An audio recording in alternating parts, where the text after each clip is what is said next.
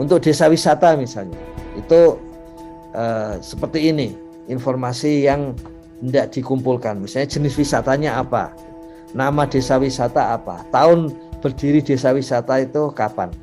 Karena khasnya di Kementerian Desa itu yang dikelola BUMDes, maka kemudian ditanyakan BUMDes yang memiliki unit usaha wisata ini, pengurusnya berapa, siapa, nomor teleponnya.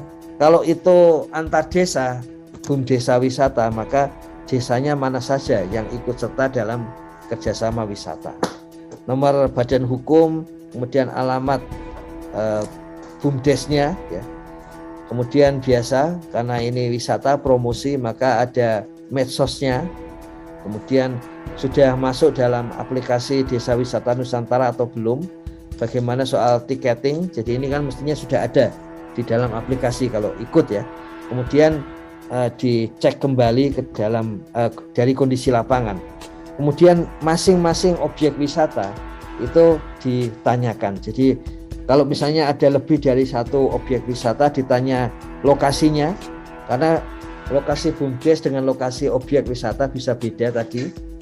Kemudian tenaga kerja, pengunjung untuk setahun terakhir, omset dari unit usaha wisata itu setahun terakhir, keuntungan setahun terakhir, kemudian foto yang ikonik ya. Jadi bukan sekedar foto dan video biasa, tapi kalau objek wisata itu fotonya harus ikonik. Artinya itu ya gampangnya kalau sekarang istilahnya instagramable gitu ya, instagramable. Jadi itu foto yang sangat menarik, orang mendapatkan kesan yang sangat bagus tentang wisata itu.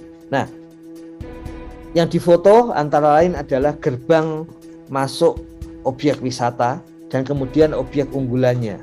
Misalnya di sini dibatasi 5, kenapa? Supaya ada fokus mengambil yang bagus. Kalau fotonya sangat banyak mungkin jadi tidak fokus, dan nanti ketika desa wisata yang ingin mencari contoh itu melihat foto yang banyak, khawatirnya kemudian tidak fokus karena yang dia cari kan pasti angle atau sudut pemotretan yang menarik gitu. Jadi maka di sini oleh Gus Salim harus dibatasi supaya membuat orang berupaya membuat foto yang ikonik, angle yang bagus dari objek wisata di desa itu. Jadi seperti ini.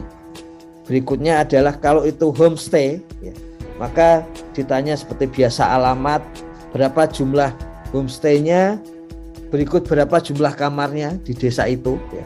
Kemudian pengunjung homestay setahun terakhir, bagaimana proses untuk pemesanan kamar, pembayarannya online apa offline ya.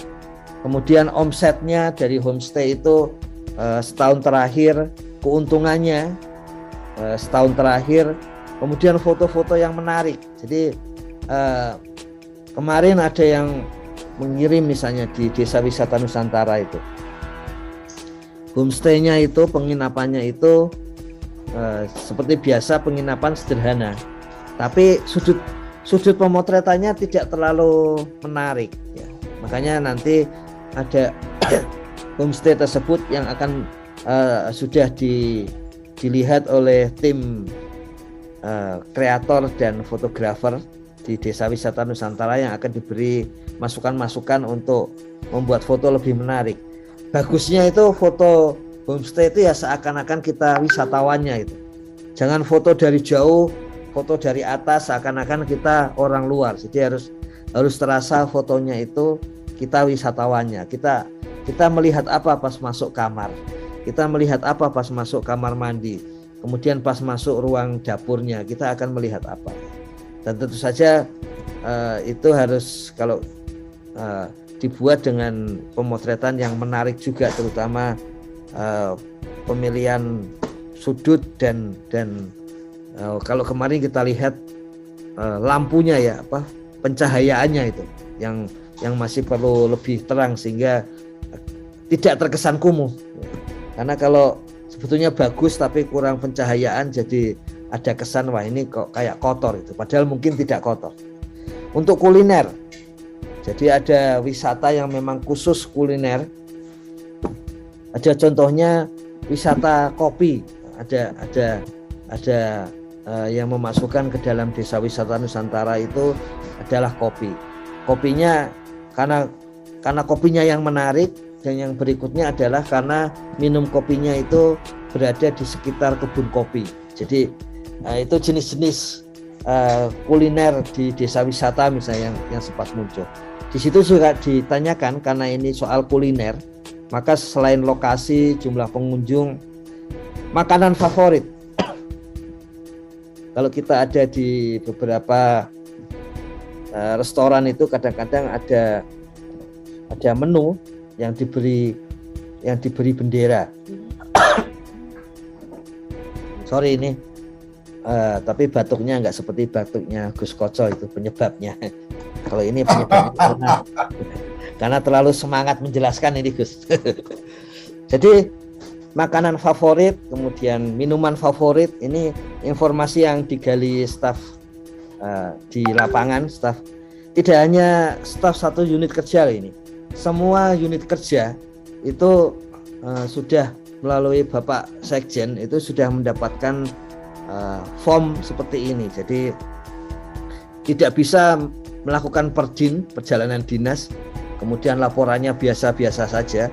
Tapi perjalanan dinas, apalagi ke desa, ke lembaga desa, minimal informasi ini yang harus diambil.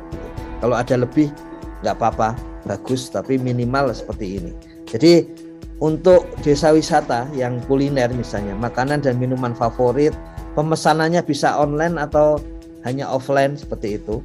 Berapa omset untuk unit usaha kuliner ini setahun terakhir, berapa keuntungannya setahun terakhir, dan tentu saja ruangan kuliner, foto-foto yang menarik. Karena kuliner maka ruangannya menarik. Dulu kalau kita belajar tentang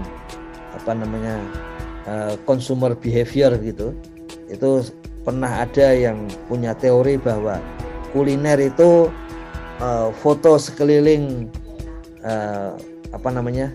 rumah makannya itu sebaiknya berwarna kuning, karena katanya kalau kuning itu membuat orang lapar terus dan kemudian dia akan makan lebih banyak. Misalnya dulu ada seperti itu.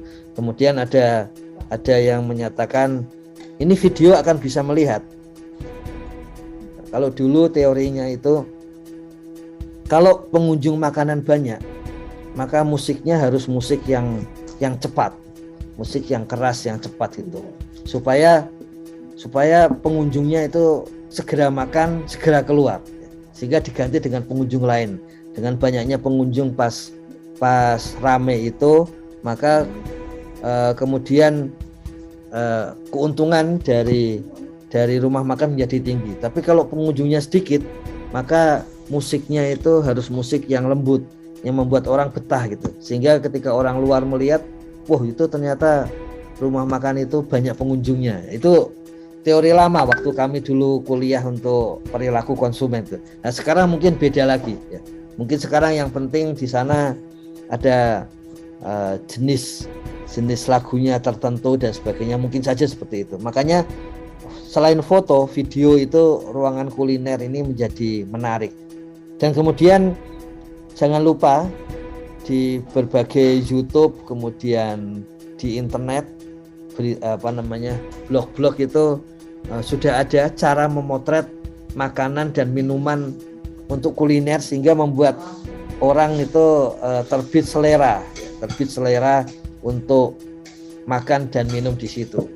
Kalau waktu kami kuliah dulu itu, kalau penyuluhan pertanian, kemudian untuk menyatakan di situ ada warung yang menarik begitu, itu kami waktu itu oleh dosen diminta untuk coba pesan yang ada esnya, misalnya ya zaman itu ya es teh gitu. Tapi jangan difoto sebelum gelasnya mengembun, sehingga seakan-akan itu sangat menarik gitu ya. Terus kami tambahin itu, selain gelasnya mengembun sudah ada bekas diminum gitu, seakan-akan karena sangat enak maka sudah diminum. Jadi cara-cara memotret yang inovatif itu menjadi penting, sehingga bisa menunjukkan bahwa makanan dan minumannya ini memang enak, menarik, Dan bagi BUMDes desa wisata yang ingin mengembangkan wisata kuliner juga mendapatkan contoh cara memotret yang bagus juga. Jadi ini informasi yang disediakan untuk desa wisata. Tentu saja karena di sini desa wisata, kemudian ditanya secara keseluruhan omsetnya berapa, keuntungannya berapa, kontribusi terhadap PADES-nya berapa, dan kalau ada hal-hal yang lain yang perlu dilakukan, serta kontak selain dari pengelola, siapa yang mungkin tokoh masyarakat, tapi karena ini Kementerian Desa maka nomor HP dari pendamping desa semuanya disampaikan. Jadi Gus Halim sudah ada rencana yang kami harus implementasikan pada tahun ini, bahwa ketika kita membuka desa itu sekaligus juga ada nomor HP pendamping desa, dan sebaliknya di dalam SID itu nomor yang harus ada itu minimal adalah nomornya pendamping desa itu, karena dengan demikian kalau ada seluruh pihak yang ingin memberikan manfaat bagi desa itu bisa langsung menghubungi desa itu meskipun dia berasal atau dia lokasinya sangat jauh gitu. Makanya di sini ada informasi seperti ini.